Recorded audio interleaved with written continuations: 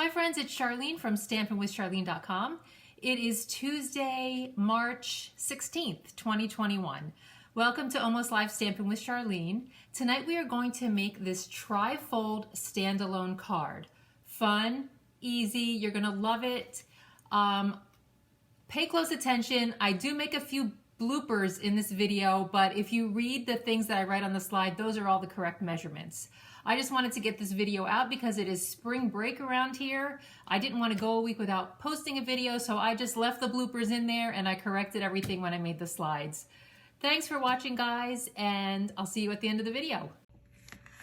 Here is a closer look at the tri-fold standalone card, and it's called a standalone card because you can just stand it up like that. So it's a great card for people to display on their desk. And I absolutely love the colors. This is Granny Apple Green, and if I had to choose, I have to say that Granny Apple Green is my absolute favorite Stampin' Up! Color. So let's get started with the measurements and the scoring and the cutting. This is a piece of 5.5 by 8.5 cardstock. So you can get 2 cards from one piece of cardstock, and you want to score it at 2 inches, 3 1/8 inches, 5 3/8 inches, and 6.5 inches. And that's it. So if you're new to stamping and you don't know what I'm talking about when I talk about scoring, I have 2 videos up under my playlist, which is called my Stampin' Schoolhouse playlist. And one is about the paper trimmer and how you can score with the paper trimmer. And then the other one is all about different ways that you can score. So after you've scored it, you just want to fold it like that. So down, over, down, over. And now we just have to decorate it. For this card, I used the Forever and Always stamp set from the current mini catalog. And I also used the True Love Designer Series paper. And I cut 3 pieces of Designer Series paper. You want to cut, just pick whatever design you like. I liked this one. And you want to cut 1 piece that is 2 inches by 5 1/4. And then 2 pieces that are 1 3/4 by 5 1/4. And then before you adhere them to the card, I used my Granny Apple Green.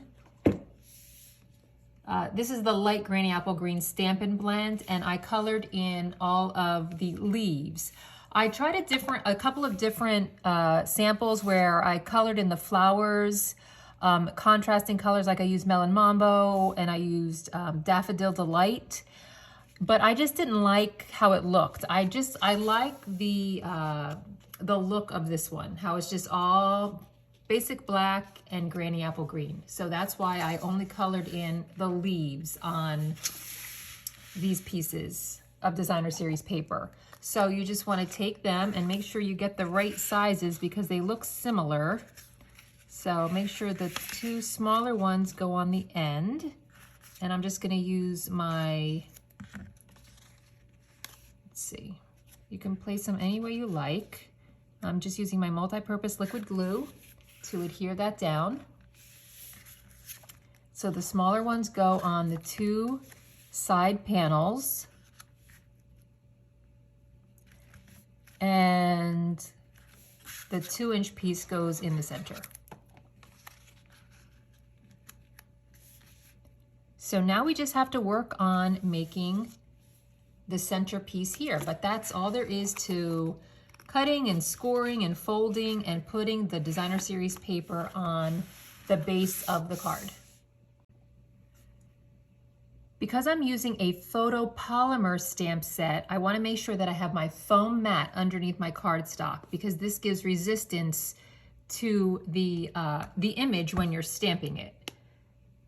So I'm going to ink up my stamps. Now you'll see that even though I'm using 2 different stamps, I position them on one clear block. This saves time and it gives me the opportunity to line them up the way that I want them to be on my cardstock.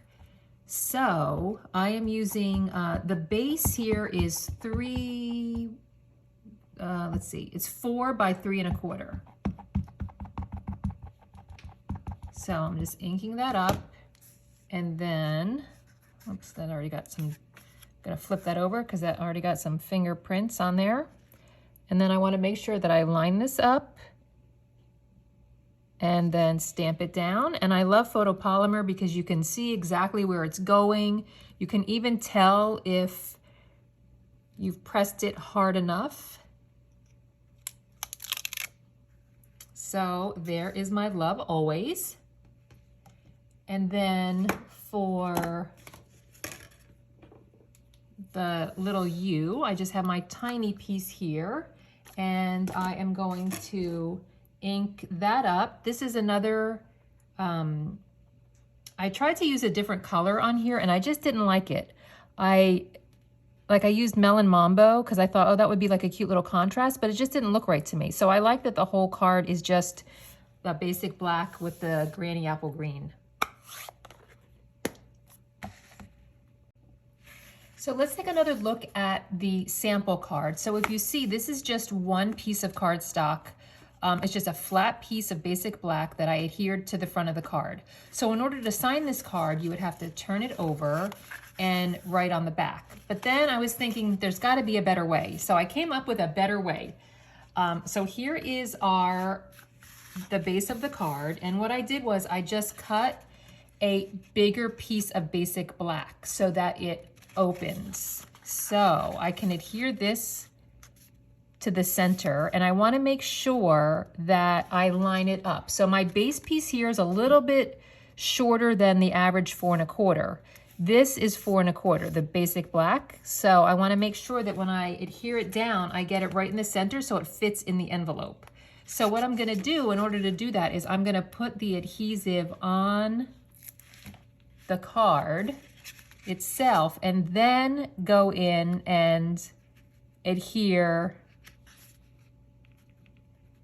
this piece and then make sure that I line it up so that it's straight in the center, and as best as I can line it up so that it's even on both sides there. Just like that. There we go. And now we can adhere our love always sentiment to the top. And I misspoke before. The measurements of this piece it's 4 by 3. But I'll go through and I will, when I edit the video, I will go through and put all the correct measurements on the slides. And then I'm just gonna put a little base piece there before I adhere the U. So love you always. And then I'm gonna finish it off with these fun matte black dots, which are also in the mini catalog. And I think I'm going to put those, like I did on my sample, down here. So I'm just gonna put a larger one in the middle. And then there's 3 different sizes on here, and I'm just gonna put a smaller one on either side. And this, my friends, is the trifold standalone card. Another really easy card that is a nice surprise. Oh, and one more thing, because this is such a dark color cardstock, I'm also gonna put a piece of Whisper White on the inside so that when I write on there, you can see.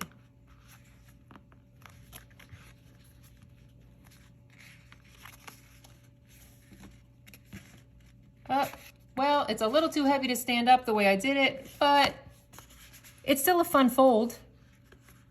It might not stand up now that I made it so that you can write on the inside, but you choose however you want to do it. If you want to write it as a longer message and do it this way, that's fine. If you want it to be able to stand alone, then just put the flat piece. But there's 2 different ways to make the card. Okay, so yeah, there were a few bloopers. So you can either make the card this way, which will stand alone, This way, it's too heavy. And I'm sure I could figure out a way that you can put something in the back that would be able to make it stand up. But I just wanted to show you that you could do it this way so that you could write a longer message on there. So I hope you enjoyed this. You can go to my blog for more information. You can always send me an email at Stamp It. See, it's full of bloopers. What is my email? Charlene, wait, oh my gosh.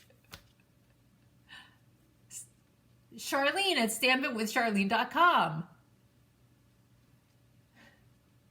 Have a good night, and I'll see you next week.